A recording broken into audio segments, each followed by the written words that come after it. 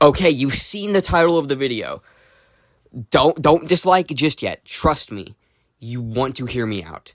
By the end of this video, you will rethink how you feel about the Nintendo Switch 2 game prices. I can almost assure you that. Or maybe you're going to be stubborn and not think any different. That's all I'm going to say. Enjoy the video. Oh me, oh my. Another one of those unscripted videos, I guess. I'm going to try to make this as fast as possible, but I'm also going to make sure you can actually comprehend what I'm saying and understand the information that is being given to you. So, try to keep up, but also I'm going to make sure you can catch up if you get lost. I guess for starters, let's just start from the beginning. So, yesterday, on April 2nd, Nintendo showed off their Nintendo Switch 2 Direct with a fair few games, a hardware overview, and some... that's about all a Nintendo Direct could be, The general consensus about it is pretty much that, a lot of people think, okay, this isn't a bad system. This might actually have some merit. This might be good, this might not be another Wii U situation. However, there is one blemish, one very important blemish of just something that people do not like about this system so far, that does need to be addressed, and that is the price of games. Currently, we are going through tariffs going towards Japan and Vietnam, Japan being where Nintendo is located, and Vietnam being where their manufacturers are located. Those tariffs obviously make the cost of labor, and therefore the cost of items themselves, much more... It makes the price go up, pretty much. I wouldn't say it makes them, a ton more expensive, but it will reasonably mark up the price of stuff. For example, the Switch 2 itself is going to cost $450 here in the States. However, over in Japan, there is a Japanese-only version that is it's in the Japanese language only. It is still region unlocked for games, but you can only use the Japanese language on it. That specific version is $350 almost.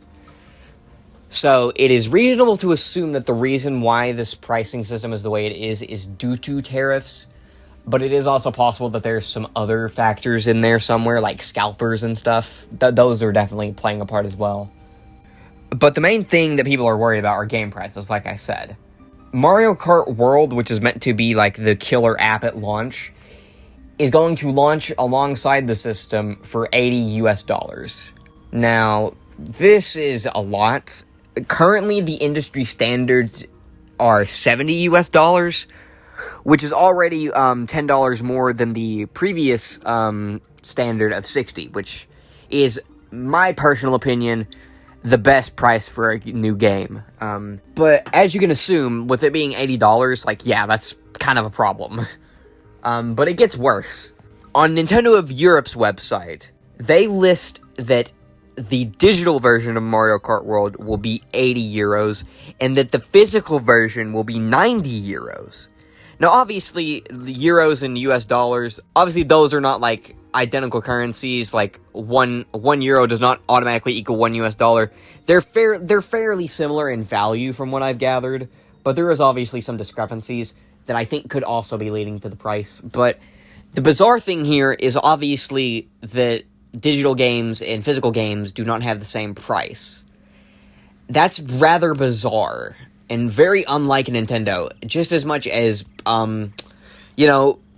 charging $80 for a game is very unlike Nintendo. It took them forever to make a $70 game after that became the standard. They were really sticking on to $60 for as long as they could.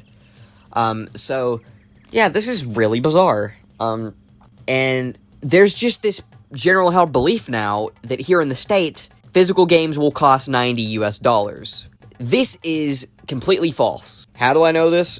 Because I actually work for Walmart, which is a retailer that will be selling Switch 2 content, which will include Mario Kart World. Now, you can currently go on Walmart's website right now and look at the pre-order page for Mario Kart World, and you can see that it is $80 for the physical version. You go to the page for Donkey Kong Bonanza, it is $70 for the physical version. That's important too, because over in Europe, it says that the physical version is €80, which, once again, really bizarre how there's two different prices. But, you know, I'm concerning myself specifically with the United States at the moment. The issue is that people are citing state prices based upon Europe prices, which, going off of the fact that Japan is getting their own system, I think different regions are going to have different prices for different stuff. That is just something that we're going to have to live with for right now, due to the current economic climate that the world is in. But one other major piece of misinformation that is going around is that Switch games are going to finally do the thing where, the optical media that you put them on doesn't actually have the game on them. They're pretty much just, you put them into the system and then they start downloading the game. Now, actually, there are going to be games with cartridges that are like that. They're basically just blank cartridges that you put in your Switch that will automatically just start installing games. But those are not meant to replace, like, proper cartridges that will come with games on them. The majority of Switch 2 games will still come on the cartridges, and these, like, I think they're called Game Key cartridges, will be the minority of games, but there's still a possibility that these could be a large percentage of the Switch 2's library. If I had to guess, it's probably going to be, like, 85 to 15, like, 85% of the Switch 2's library is going to come on the standard, like, cartridges, like, they're actually going to come on the cartridges, and then the other 15% are going to be, like, these digital-only cartridges. That's just my guess. But, back to Mario Kart. So, it seems with this specifically that Mario Kart is $80, while all the other games that are currently listed on there are way less than that. Specifically, Donkey Kong is the most expensive one at $70, which, going off of previous titles that Nintendo has charged for in the recent times, specifically Legend of Zelda Tears of the Kingdom, $70 seems to be what they're going to do as their standard price now. So, why is Mario $10 more? Well, I actually have a theory on that. Basically, the Nintendo Switch 2 is going to launch with two different versions of the console. There's going to be the base console for $449, and then a version of the console that comes bundled with Mario Kart for $500. Now, I'm no mathematician, but the added price to the bundle is not $80. That's actually $50. You're getting Mario Kart for $50 with your system, basically. And obviously, you need a game to play on your system when you get it. So I think Nintendo is betting that this is going to be how people, like, purchase Mario Kart through the system bundle. However, that poses a problem. Because in a day and age where $70 is the average price for video games, that's going to cause a loss of profit. So I think to circumvent this loss of profit, Nintendo has figured, instead of charging $70 for Mario Kart, we'll charge $80. Now, I can't back this up, but it is a logical theory that does make sense. So, I subscribe to that theory, and if you ask me, I think you should too. But I'm not going to tell you how to think. But yeah, that's kind of all I have to say on that. I think that, just to conclude, I'll say, Switch 2 is not going to make $90 games the standard. It's going to stay $70 for a little while.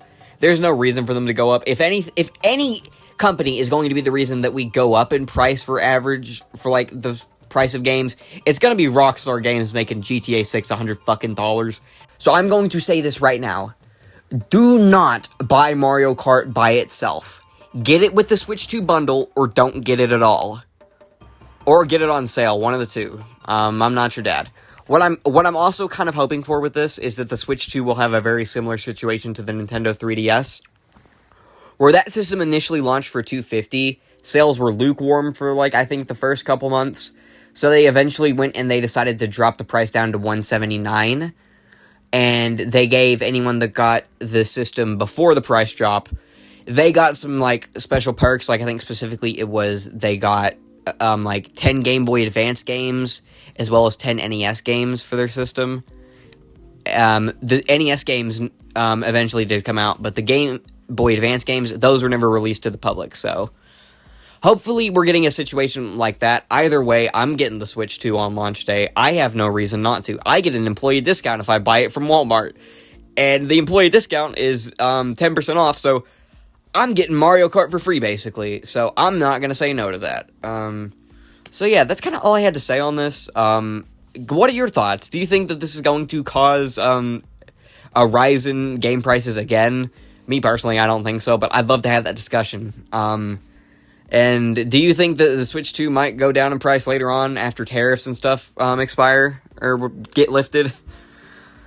Yeah, like, subscribe, comment. That's all I can really say on that. And, I hope you go watch some of my other content when I get some more content out. Work is kicking my ass right now, so I can't consistently release videos. I have a Metal Gear Solid stream highlights video that's currently in production, as well as some other debunking videos coming sometime soon. I have a lot going on right now. Just getting content out consistently is just not possible, but I am working on it. So, yeah, that's all I gotta say. Bye-bye.